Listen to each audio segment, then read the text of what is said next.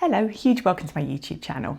Today I'm going to be painting some damselflies and I'm going to show you my painting process from start to finish and call back later in the video to discuss some of the techniques. And also I'll finish with a closer up of the frame painting just to show you the choice and the finished effect. So I'll call back later.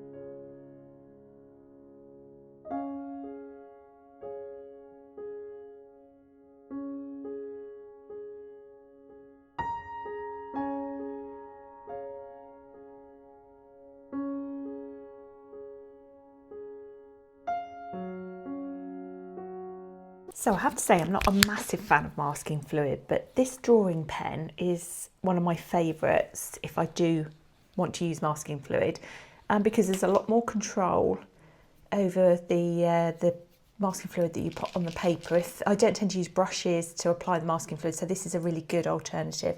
So what we can do with this, you have to push the nib down to get the flow going of the masking fluid, but now I'm just putting lots of dots onto the paper.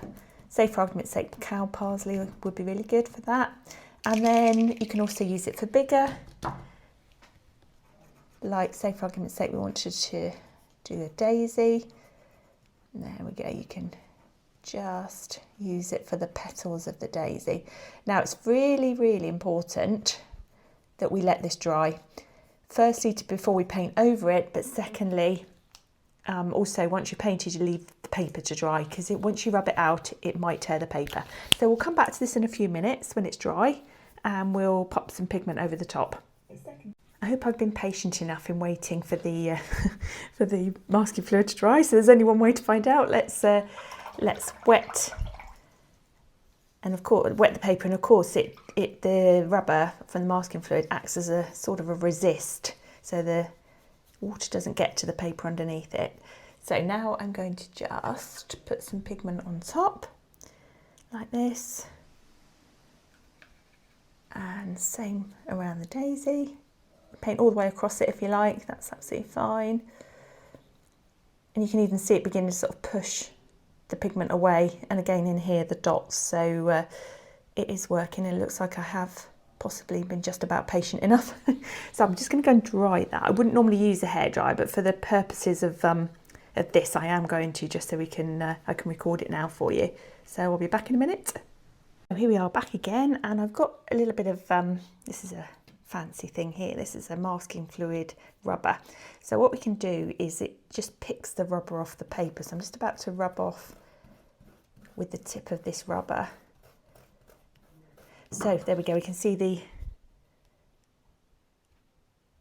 dots there that we made. And also if we go up onto the larger shape, I would without a doubt leave this to dry, normally to dry overnight, just to make doubly certain we're not going to tear the paper. But there we go, no, that's actually not too bad there. Okay, so that's taken all that off. So we've got a daisy shape there. I shall just literally put a, if I can find my kitchen towel just to There we go. Let's just put a centre to the flower there.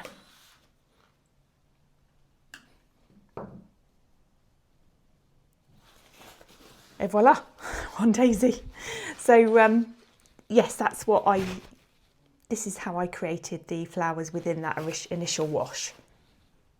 Before you paint your damselfly onto the painting, you can always have a separate go first on another piece of paper, and this damselfly forms part of another online tuition that is soon going to be available on my website. But the practice is a really good idea, and then you know, you can take the techniques over into the bigger painting. Right, so here we go. Here's the frame. I've gone for a cream distressed frame and a white mount, single white mount, and there we go. That's what it looks like finished. So that gives you some idea.